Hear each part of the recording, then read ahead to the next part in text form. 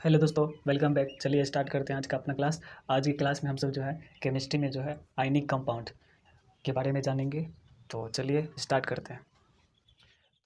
तो ये जो है हमारा वीडियो नंबर 6 होगा। इससे पहले जो है हम सब तत्व सीखे, वैलेंसी जाने, धातु धातु उपधातु जाने, निष्क्रिय तत्व जाने हैं। तो इसमें जो है आज हम सीखेंगे कि यौगिक कैसे बनता है, कंपाउंड जो होता है वो कैसे तैयार किया जाता है। तो इसमें जो है सबसे पहले आपको पता होगा कि वैलेंसी कितना होता है, कि कोई भी तत्व का जो है वैलेंसी किस प्रकार से निकालते हैं, उसका इलेक्ट्रॉनिक कॉन्फ़िगरेशन क्या होता है, और कुछ मूलक जो है ये आपको जो है स्क्रीन पर शो कर रहा होगा, तो उसको याद रखना पड़ेगा। तो उससे जो उसी के सहारे से जो है हम निकालेंगे, यौगिक बनाएंगे। तो इसमें जो है सबसे पहले कोई तत्व लेते हैं, और इधर जो है कल हम बताए थे कि जो धातु है और धातु है, धातु धातु के बीच जो है अभिक्रिया नहीं होती है, इसके बीच जो है कोई रिएक्शन नहीं होता है। तो अभिक्रिया किसके बीच होती है? धातु और अधातु के बीच अभिक्रिया होती है।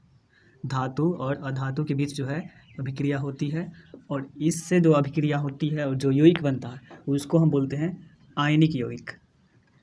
आयनिक यौगिक जो है इसलिए इसको बोलते हैं क्योंकि आयनों का जो है इसमें इलेक्ट्रॉन पे आवेश होता है, तो उसी को आयन बोलते हैं। तो इलेक्ट्रॉनों का जो है आदान प्रदान से बनता है, तो इसीलिए इसको बोलते हैं आयनिक यौगिक। अब कुछ धातु को लिख लेते हैं कि कुछ स्पेशल धातु है, तो उसी का उपयोग जो है बार बार होता है। तो जिसमें से खास जो धातु है वो है sodium, magnesium, aluminium, potassium, calcium, iron, copper, zinc, silver. तो ये सब के सब जो है धातु है, और यही जो है आयनिक यौगिक बनाएगा। तो अभी सबका वैलेंसी आपको पता होगा कि इसका वैलेंसी जो है 1 होता है, इसका वैलेंसी मैग्नीशियम का 2 होता है, एल्युमिनियम का 3 होता है, पोटेशियम का 1 होता है, कैल्शियम का 2 होता है, आयरन का जो है 2 भी होता है, 3 भी होता है। उसके बाद जो है कॉपर का जो है एक भी होता है, 2 होता है, जिंक का 2 होता है, और इसका जो है 1 होता है, 1 भी होता है और 2 भी होता है। तो ऐसे करके वैलेंसी निकालना जो हम पिछले वीडियो में बताए थे, तो उस पर जो उतना ज़्यादा जोर नहीं देंगे यहाँ पर। तो सोडियम हुआ, और आपको जो है जो शो कर रहा होगा स्क्रीन पर, तो उसमें जो है कोई भी अधातु होगा, धातु अधातु अभिक्रिया करती है तो आयनिक यौगिक बनाती है। तो इधर से अगर हम लेते हैं सोडियम और इधर से लेते हैं ऑक्सीजन, तो सोडियम जो है ऑक्सीजन से अभिक्रिया करेगा, तो इससे क्या बनेगा? सोडियम के पास देखते हैं कितना वैलेंसी है, तो 1 है, और ऑक्सीजन के पास कितना वैलेंसी है, तो 2 है। तो अभिक्रिया होने के पश्चात जो है इसमें आदान प्रदान हो जाता है। इसका जो वैलेंसी है वो इसके पास आ जाता है, ऑक्सीजन का वैलेंसी सोडियम के पास आएगा, तो ऑक्सीजन का वैलेंसी 2 है तो सोडियम के पास आया, तो Na2, और ये सोडियम का जो वैलेंसी है वो चला जाएगा ऑक्सीजन के पास, तो ऑक्सीजन के पास आएगा तो वो 1, तो Na2O हुआ। तो एक को लिखते नहीं हैं, तो Na2O। अभी इसका नाम क्या होगा? तो नाम देखते हैं, ये सोडियम है, तो सोडियम और ऑक्सीजन से बन जाता है ऑक्साइड, तो ये रहा सोडियम ऑक्साइड। तो सोडियम और ऑक्सीजन जो है अभिक्रिया करके क्या बनाता है? तो सोडियम ऑक्साइड बनाता है। उसके बाद अगर मैग्नीशियम ले और ऑक्सीजन ले, तो मैग्नीशियम और ऑक्सीजन लेते हैं, तो मैग्नीशियम का वैलेंसी कितना है? तो इसका 2 है, ऑक्सीजन का कितना है? 2 है, तो ये होगा Mg2। ये 2, इसका जो वैलेंसी 2 है, ऑक्सीजन का वैलेंसी जो 2 है, ये वैलेंसी यहाँ आएगा, और मैग्नीशियम का जो वैलेंसी है 2 हो जाएगा ऑक्सीजन पर, तो ये 2 से 2 जो है कट जाएगा, तो MgO हो गया। इससे बना MgO यानी मैग्नीशियम ऑक्साइड। तो इससे जो है मैग्नीशियम ऑक्साइड बना। फिर जो है एल्युमिनियम से अभिक्रिया करेगा, तो एल्युमिनियम से अभिक्रिया करेगा, तो एल्युमिनियम है और ऑक्सीजन है, एल्युमिनियम का वैलेंसी जो है 3 होता है, ऑक्सीजन का वैलेंसी 2 होता है, तो यहाँ जो है Al2, ये 2 वैलेंसी यहाँ आ जाएगा एल्युमिनियम के पास, और ये जो इसके पास 3 वैलेंसी वो ऑक्सीजन पे जाएगा, तो Al2O3 बना, यानी इसका नाम हो जाएगा एल्यूमिनियम ऑक्साइड हो जाएगा। तो ऑक्सीजन से अभिक्रिया करेगा कोई भी तत्व, तो इससे हो जाएगा उसका नाम ऑक्साइड में बदल जाएगा। ठीक उसी प्रकार पोटेशियम ऑक्साइड हो जाएगा, कैल्शियम ऑक्साइड हो जाएगा, आयरन ऑक्साइड हो जाएगा, कॉपर ऑक्साइड हो जाएगा, जिंक ऑक्साइड हो जाएगा, सिल्वर ऑक्साइड हो जाएगा। तो इस तरीके से ये बनता है। फिर और दूसरा कोई मूलक लेते हैं, तो और अगर मूलक लिया जाए तो फिर अगर मूलक और लेते हैं, इधर से सोडियम लेते हैं और दूसरे का मूलक ले लेते हैं क्लोरीन। तो जो सोडियम है इसके पास जो है एक वैलेंसी है, क्लोरीन के पास भी एक वैलेंसी है। तो यहाँ पर सोडियम हो गया और ये क्लोरीन से, क्लोरीन के पास एक वैलेंसी, इसके पास एक है, तो दोनों एक एक जो है एक लिखते ही नहीं है। तो इससे आया NaCl और इसका नाम क्या हो जाएगा, तो सोडियम है तो सोडियम, और ये क्लोरीन से बन जाता है क्लोराइड, बस ID जुड़ जाता है, क्लोराइड, सोडियम क्लोराइड। फिर जो है मैग्नीशियम हुआ और इधर क्लोरीन है, तो मैग्नीशियम के पास जो है दो वैलेंसी है और क्लोरीन के पास जो है एक वैलेंसी है, तो एक यहाँ आएगा और मैग्नीशियम का जो दो वैलेंसी है वो यहाँ आ जाएगा, तो MgCl2 हो जाएगा, मैग्नीशियम क्लोराइड। तो इससे जो है मैग्नीशियम क्लोराइड बना, तो इससे मैग्नीशियम क्लोराइड। उसके बाद एल्युमिनियम से देखेंगे, तो एल्युमिनियम के पास तीन वैलेंसी है, क्लोरीन के पास जो है वो है एक वैलेंसी। तो क्लोरीन के पास जो एक वैलेंसी है वो एल्युमिनियम के पास आ जाएगा और एल्युमिनियम का तीन आ जाएगा क्लोरीन के पास, तो इससे AlCl3 बन जाएगा, एल्युमिनियम क्लोराइड हो जाएगा, एल्युमिनियम क्लोराइड। तो ये एल्युमिनियम क्लोराइड बना। उसके बाद अगर इधर से बात करते हैं जिंक, तो जिंक है और इधर से क्लोरीन लेंगे तो ZnCl2 हो जाएगा। जिंक का वैलेंसी 2 है और क्लोरीन का वैलेंसी 1 है, तो एक यहाँ आ गया तो लिखते नहीं है, तो जिंक क्लोराइड हो जाएगा। उसके बाद आयरन क्लोराइड हो जाएगा, कैल्शियम क्लोराइड हो जाएगा, कॉपर क्लोराइड हो जाएगा, सिल्वर क्लोराइड हो जाएगा। तो इस तरीके से ये बनता है। उसके बाद फिर अगर अगला कोई लेते हैं, जैसे होता है मूलक जो होता है SO4 है, इसको बोलते हैं सल्फेट। और इधर से अगर एल्युमिनियम ले लिए, एल्युमिनियम, तो एल्युमिनियम नहीं, ये पोटेशियम ले लेते हैं, तो पोटेशियम का वैलेंसी जो है 1 होता है और सल्फेट का वैलेंसी आपको दिख रहा होगा वो 2 होता है, इसका 1 होता है। तो यहाँ से बनेगा K2SO4, ये K2 जो है यहाँ आ जाएगा और SO4, तो SO4 जो है ये एक मूलक है, इसमें सल्फर ऑक्सीजन से ये बना हुआ मूलक, इसको बोलते हैं सल्फेट बोलते हैं। तो ये होता है सल्फेट, तो ये पोटेशियम है, ये सल्फेट है, तो इसका नाम हो गया पोटेशियम सल्फेट, ये पोटेशियम सल्फेट बना।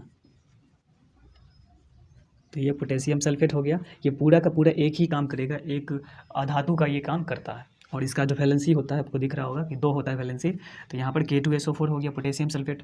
फिर अगर लेते हैं मूलक, ये मूलक सल्फेट रखने देते हैं और जैसे एल्युमिनियम ले लेते हैं, तो एल्युमिनियम का वैलेंसी कितना है, एल्युमिनियम का वैलेंसी 3 है और सल्फेट का वैलेंसी 2 है। तो 3 जो है SO4, इसका 2 यहाँ पर आ जाएगा और एल्युमिनियम का 3 यहाँ आ जाएगा, तो ये पूरा का पूरा हॉल में हो जाएगा। और ये 3 जो हुआ है इसको थराइस पढ़ते हैं, तो Al2SO4 हॉल थराइस, ये थराइस पढ़ा जाता है। तो इसको बोलते हैं एल्युमिनियम, एल्यूमिनियम सल्फेट हो गया, नाम हो गया एल्युमिनियम सल्फेट। तो ये हुआ। अगर कॉपर से बनाते हैं, तो कॉपर से अगर बनाया जाए तो कॉपर का वैलेंसी जो है 1 भी होता है 2 भी होता है, तो समय समय यहाँ पर जो विक्रिया होगा 2 वैलेंसी के साथ, तो इससे हो जाएगा Cu और SO4। तो इसका सल्फेट का 2 वैलेंसी है और कॉपर का भी 2 वैलेंसी है, तो 2 से 2 कट गया तो CuSO4 हो गया। तो इसको बोलते हैं कॉपर सल्फेट, नाम हो जाएगा कॉपर सल्फेट। तो ये कॉपर सल्फेट है। और अगर मूलक लेते हैं, जैसे मूलक ले नाइट्रेट NO3 और इसकी अभिक्रिया अगर करा दें कैल्शियम के साथ, तो कैल्शियम का वैलेंसी 2 होता है, नाइट्रेट का वैलेंसी 1 हो जाता है, तो Ca और NO3 जो कैल्शियम का वैलेंसी 2 है वो आ जाएगा इस पर, तो CaNO3 होल ट्वाइस, 2 जो रहता है उसको ट्वाइस बोला जाता है। तो इसका रासायनिक नाम कैल्शियम नाइट्रेट हो जाएगा, कैल्शियम नाइट्रेट। तो ये इस तरीके से बनाया जाता है। फिर अगर मूलक लेते हैं, अब इसी मूलक में क्या है, कार्बोनेट लेते हैं CO3, इधर से लेते हैं सोडियम, तो सोडियम हुआ और सोडियम का वैलेंसी 1 होता है, कार्बोनेट का वैलेंसी जो है 2 होता है, तो ये 2 यहाँ आ जाएगा, तो Na2CO3, तो इसका नाम हो जाएगा सोडियम कार्बोनेट। तो ये सोडियम कार्बोनेट हो गया। उसके बाद अगर सोडियम कार्बोनेट, फिर जो है मैग्नीशियम कार्बोनेट हो जाएगा, उसके बाद एल्युमिनियम कार्बोनेट हो जाएगा, पोटेशियम कार्बोनेट हो जाएगा, कैल्शियम कार्बोनेट हो जाएगा, फिर जो है आयरन कार्बोनेट हो जाएगा, कॉपर कार्बोनेट हो जाएगा, जिंक कार्बोनेट हो जाएगा और सिल्वर कार्बोनेट हो जाएगा। फिर सल्फेट जो लिए थे, तो इससे अगर बनाते तो sodium sulphate, magnesium sulphate, aluminium sulphate, potassium sulphate, calcium sulphate, iron sulphate, copper sulphate, zinc sulphate और ये सिल्वर सल्फेट। फिर जो है इधर से अगर मूलक लिखते हैं केवल सल्फर, तो सल्फ़र लेते हैं, तो ये अगर सोडियम से अभिक्रिया करेगा तो सोडियम के पास देखिए कि एक वैलेंसी है और इसके पास 2 वैलेंसी है, तो 2 यहाँ आ जाएगा तो Na2S, तो इसका नाम हो जाएगा सोडियम सल्फाइड हो जाएगा। इसको क्या बोलेंगे? तो सोडियम सल्फाइड, ये हो जाएगा सोडियम सल्फाइड। तो ये जो है सोडियम सल्फाइड हो जाएगा।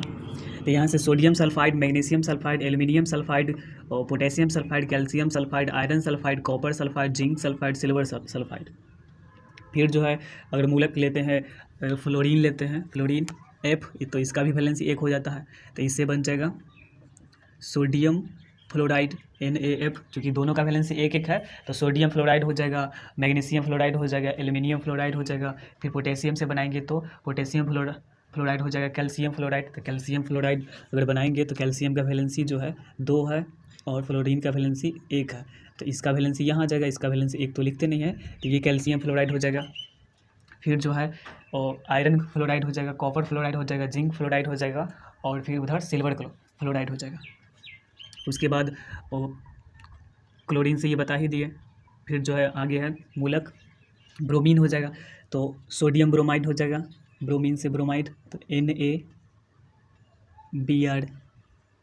इधर जो है और जो फ्लोरीन है, क्लोरीन है, ब्रोमीन है और आयोडीन है, ये सब के सब जो है पीरियोडिक टेबल में देखेंगे तो वर्ग 17 के तत्व होते हैं और सबका वैलेंसी जो है, सबके बाहरी सेल में 7 इलेक्ट्रॉन होता है। इसको जो है ये सब के सब जो है समुद्र में पाया जाता है, जिसके कारण इसको जो है हाइड्रोजन तत्व भी कहा जाता है।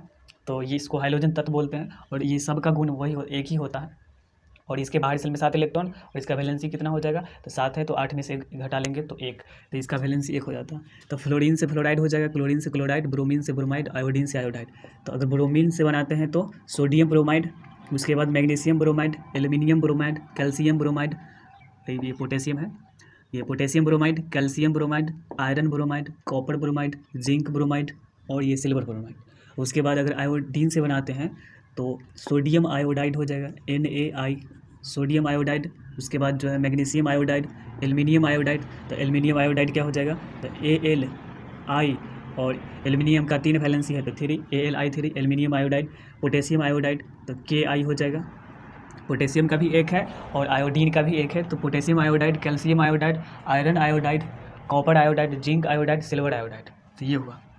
उसके बाद सल्फाइड का बता दिए। ऑक्सीजन से देखेंगे तो सोडियम ऑक्साइड हो जाएगा, मैग्नीशियम ऑक्साइड हो जाएगा, एल्युमिनियम ऑक्साइड हो जाएगा, पोटेशियम ऑक्साइड हो जाएगा, कैल्शियम ऑक्साइड हो जाएगा। तो कैल्शियम ऑक्साइड का देखेंगे तो CaO हो जाएगा, इसी को काली चूना बोलते हैं। तो ये आगे जो है पढ़ेंगे इसके बारे में। तो कैल्शियम ऑक्साइड हो जाएगा, दोनों का वैलेंसी 2-2 था, इसलिए दोनों जो है Ca2O2, तो इससे कट जाएगा, तो ये बना कैल्शियम ऑक्साइड। फिर जो है आयरन ऑक्साइड हो जाएगा, कॉपर ऑक्साइड हो जाएगा, जिंक ऑक्साइड हो जाएगा और सिल्वर ऑक्साइड हो जाएगा। उसके बाद अगर आगे मूलक की बात करते हैं तो कार्बोनेट हो गया, सल्फेट हो गया, नाइट्रेट हो गया, उसके बाद फॉस्फेट। तो फॉस्फेट जो है, अब जैसे सोडियम हुआ और फॉस्फेट का वैलेंसी 3 होता है, इसका PO4 होता है, 3 होता है इसका वैलेंसी। तो यहाँ से बनाएंगे तो Na3PO4, तो ये सोडियम फॉस्फेट हो जाएगा। फिर जो है मैग्नीशियम फॉस्फेट हो जाएगा, तो Mg जो है फॉस्फेट का 3 होता है, 3 यहाँ आ जाएगा। अब PO4 और हॉल जो है यहाँ पर इसका वैलेंसी 2 है तो 2 आ जाएगा, चॉइस हो जाएगा Mg3PO4 हॉल चॉइस।